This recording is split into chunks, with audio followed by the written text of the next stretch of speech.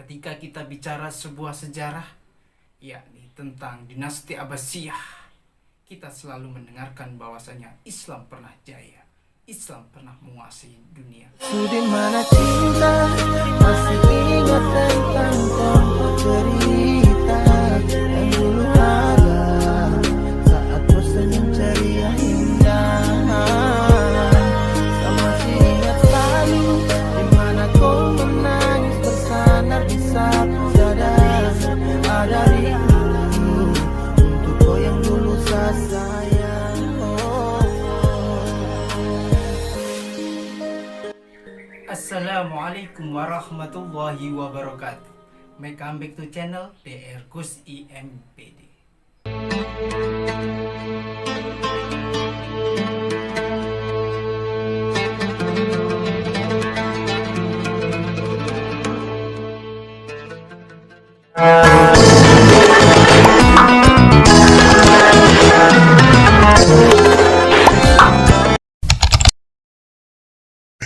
Dukungannya jangan lupa subscribe, Like, and comment. share. Jangan lupa share juga ya. Tekan tombol loncengnya. A few inches later. Mahasiswa-mahasiswi yang dirahmati oleh Allah Subhanahu wa taala. Di perkuliahan hari ini saya akan join dengan mahasiswa-mahasiswi kami di dalam menyampaikan materi dinasti Abbasiyah.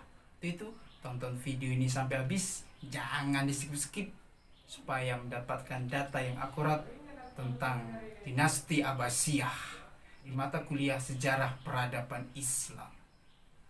Itu kita langsung ke materi. Cek dus. وإظهار شعائر على طريقة جمعية نهضة العلماء وإظهار شعائر على طريقة جمعية نهضة العلماء وعلى آله وصحبه وسلم. Mahasiswa-mahasiswi yang dirahmati oleh Allah Subhanahu wa taala. Ketika kita bicara sebuah sejarah, yakni tentang dinasti Abbasiyah, kita selalu mendengarkan bahwasanya Islam pernah jaya, Islam pernah menguasai dunia. Tetapi kita harus tahu, dinasti Abbasiyah pada akhirnya juga runtuh dan hancur. Artinya semuanya, kejayaan itu pasti ada masa akhirnya. Tidak ada sesuatu yang abadi di permukaan dunia ini. Itu kita belajar sejarah untuk mengetahui dan memperdalam pengetahuan kita tentang bagaimana proses perkembangan peradaban Islam itu sendiri. Kita langsung ke materi yang akan disampaikan oleh beberapa mahasiswa kami. Ini saya akan menyampaikan hasil presentasi saya yang berjudul Sejarah Berdirinya Dinasti Abbasiyah. Pertama, sejarah berdirinya dinasti Abbasiyah. Abbasiyah nama dinasti kekhalifahan yang berkuasa mulai 749 Masehi hingga 1258 Masehi atau 132 Hijriah sampai dengan 656 Hijriah. Ini diambil dari nenek moyangnya Al-Abbas bin Abdul Muttalib bin Hashim, paman Rasulullah. Dinasti Abbasiyah didirikan oleh Abu Al-Abbas Saffah dan sekaligus sebagai khalifah pertama. Al-Saffah artinya sang penumpah darah yang kemudian menjadi julukannya. Julukan itu merupakan pertanda buruk karena dinasti yang baru muncul ini mengisyaratkan bahwa mereka lebih mengutamakan kekuatan dan menjalankan kebajikannya. Selanjutnya, pemerintahan dinasti Abbasiyah. Dalam pemerintahan dinasti Abbasiyah, kepala negara adalah khalifah yang setidaknya dalam teori memegang semua kekuasaan.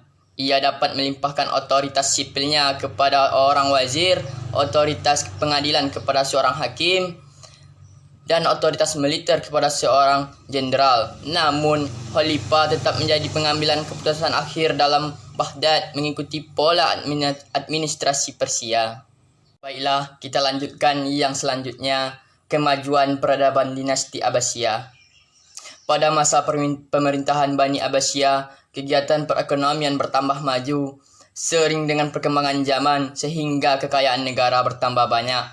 meskipun pada umumnya tidak berbeda dengan kegiatan perekonomian yang dilakukan Bani Umayyah. Badri Yatim menulis bahwa pada masa Mahdi perekonomian mulai meningkat dengan peningkatan di sektor pertanian melalui irigasi Khalifah dinasti Abbasiyah yang khususnya pada periode awal yang sangat menyadari akan pentingnya bidang ekonomi bagi kelangsungan pemerintah.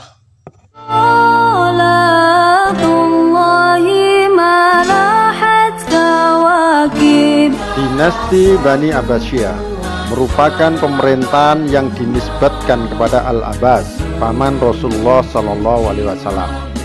Sementara khalifah pertama dari pemerintahan ini adalah Abdullah bin Muhammad bin Ali bin Abdullah bin Abbas bin Abdul Muthalib, atau yang dikenal sebagai Abul Abbas yang mendapat gelar As-Sofa.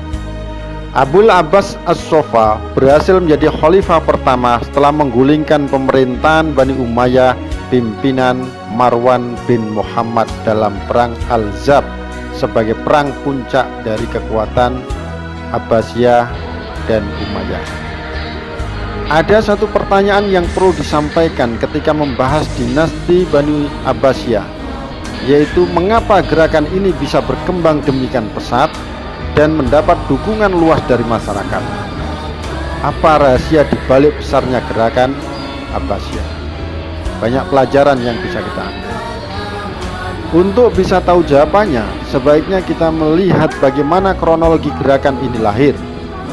Gerakan Abbasiyah awalnya adalah gerakan pengajian kecil-kecilan yang dirintis oleh Ali bin Abdullah di daerah Hamimah, Yordania pada tahun 100 Hijriah. Tepatnya ketika dinasti Bani Umayyah dipimpin Khalifah ke-8 Umar bin Abdul Aziz. Namun gerakan ini dengan slogan Ahlul Bait, keluarga Rasulullah, ini mendapat simpati masyarakat hingga membesar demikian cepatnya. Oleh penerusnya Muhammad bin Ali, gerakan ini kian dimatangkan dan dikembangkan bukan hanya di Hamimah tetapi juga ke Kufah dan Khurasan. Tiga daerah ini kemudian dijadikan sebagai poros gerakan Abbasiyah dengan strategi wilayah Hamimah dijadikan sebagai pusat perencanaan, Kufah dijadikan sebagai pusat pembentukan opini, dan daerah Khurasan dijadikan sebagai pusat penebar opini.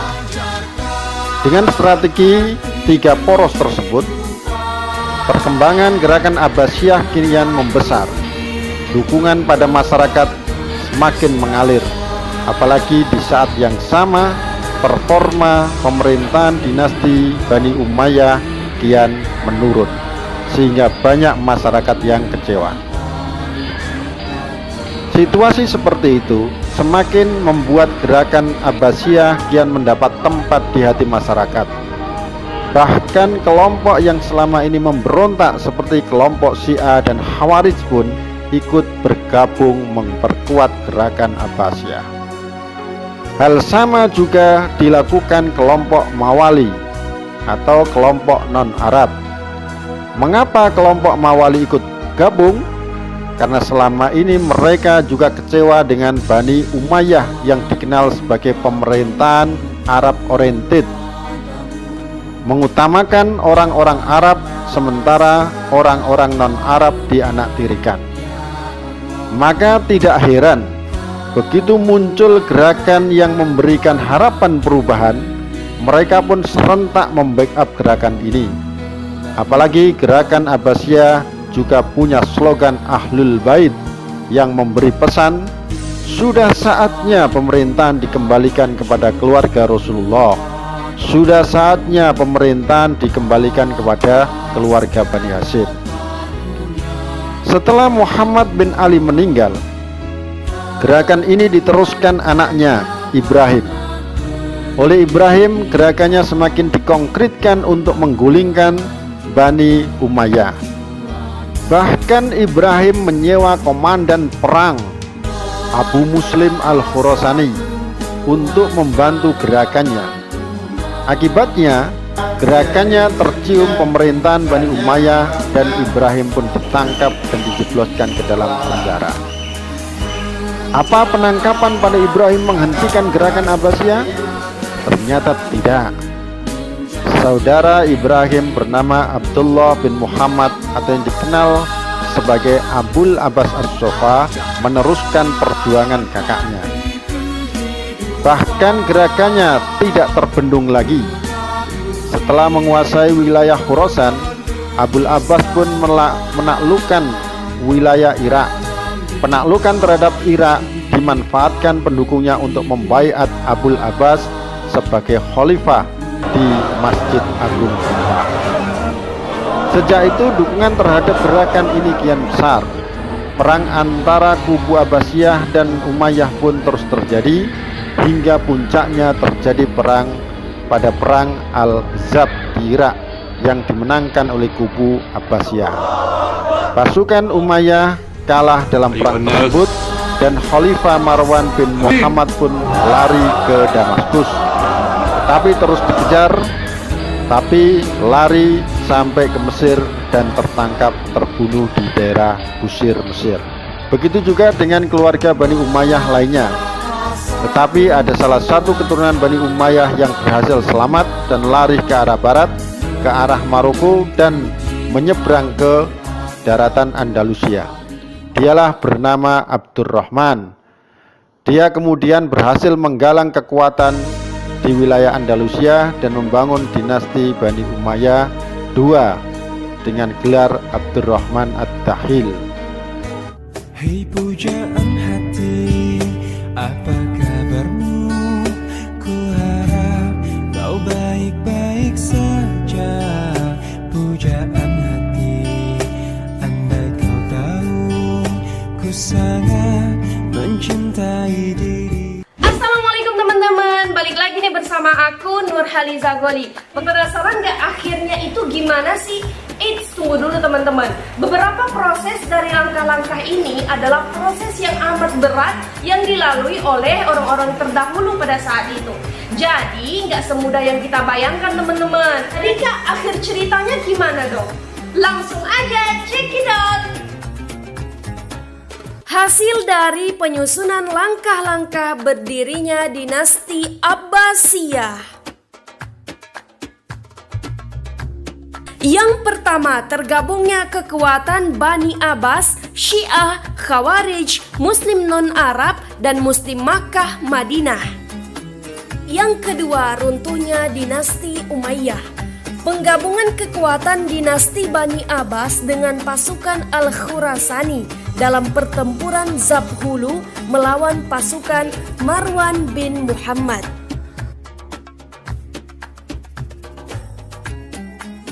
Pada pertempuran Zabhulu, Bani Abbas dan pasukan Al-Khurasani melawan pasukan Marwan bin Muhammad berjumlah 120.000 tentara yang berusaha mempertahankan dinastinya dengan menyeberangi sungai Tigris menuju Zabhulu, yang pada saat itu dimenangkan oleh kelompok Bani Abbas.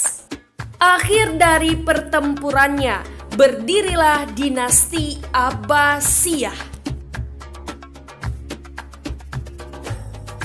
yang dipimpin oleh Abdul Abbas dengan gelar As-Safah yang berarti haus darah, berpusat di Kufah, tepatnya di istana Hashimiyah. Nah, gimana teman-teman? Ternyata sejarah dari latar belakang berdirinya dinasti Abbasiyah ini sangat mengagumkan, bukan?